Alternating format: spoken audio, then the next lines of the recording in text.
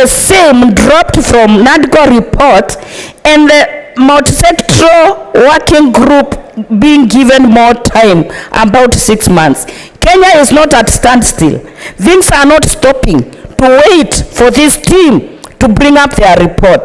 Mr. Speaker, I understand we may not do anything about bringing back the issue, but I would borrow words from one of us that if the same committee could be recalled, and the good leader of majority looking at me right now sat in that committee, if only they could accept to sit for 1 week and at least bring back the issue of the criminalization of two-thirds in this country. And the women will fight for the majority leader, will fight for the whip, will fight for every man in this country. If only we feel that men care for the women of this nation.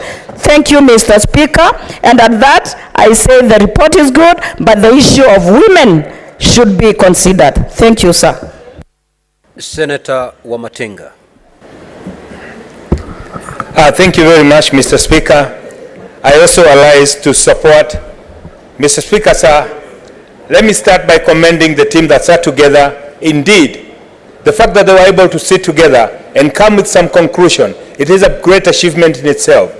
In a country where people are used to facing each other, are used to talking at each other, are used to fighting each other, are used to disagreeing just for the sake of disagreeing, it is indeed a great achievement that they've come with a bit of a recommendation that will give us a platform upon which, Mr. Speaker, sir, we can build a way forward. Mr. Speaker, sir, it is not lost to us that there are quite a number of things that we did when we passed the 2010 Constitution.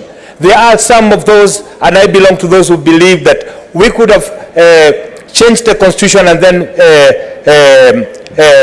emigrate it. But Mr. Speaker, sir, I do remember in our desperation to have a new Constitution, there was one camp that said tupitishe tubadilishe baadaye, and there are those who say tubadilishe alafu tupitishe.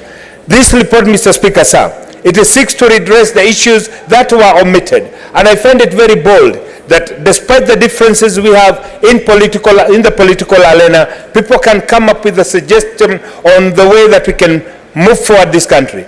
I'm fully aware that, Mr. Speaker, sir, that this country belongs to all of us, despite our political inclination. It is indeed very important that we start looking at those issues, the perennial issues that will come every 5 years and face this country like we've never had an election before. Mr. Speaker, sir, the issue of IEBC must be decided in sober mind.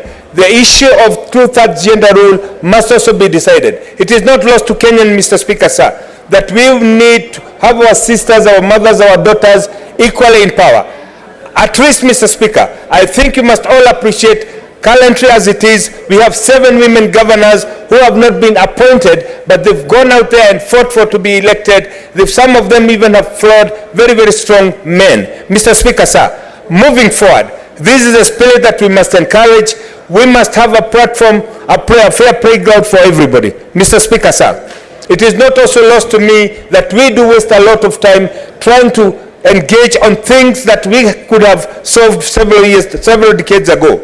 I find this report, Mr. Speaker, sir, that it is a very, very good stepping stone for us to be able to handle issues, for us to be able to encourage ourselves to look at facts as they are and moving forward to conclusively solve them. Mr. Speaker, sir, it would be deceptive for us to say that the report did not address the cost of living. Mr. Speaker, sir, it is known to everybody in this house that the dollar, which has been skyrocketing, using its own dynamic, is now coming down. Mr. Speaker, sir, we all know that cost of living is a combination of several factors.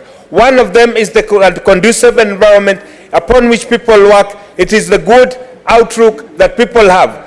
Currently, Mr. Speaker, sir, without the intervention of the government, because of the good lanes that we've got, because of the subsidized fertilizer that we've got, the cost of living, the cost of flour that was costing about 300 shillings just the other day, now is going to about 100 and still going down. Mr. Speaker, sir, these are some of the things that you cannot hold on a paper.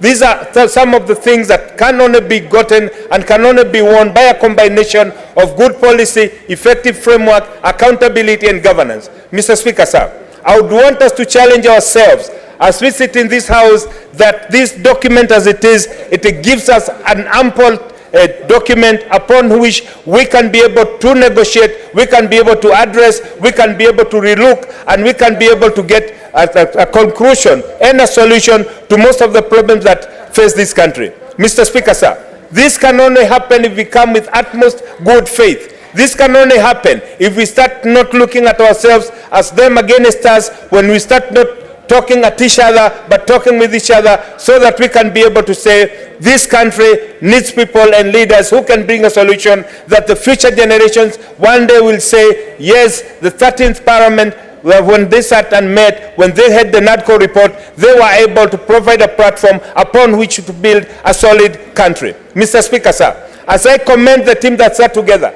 despite the political differences and the political temperatures at that time, Mr. Speaker, sir, this is a commendable document, maybe not a magical document, but it is highly commendable, a platform upon which we are able to form the basis of future negotiations.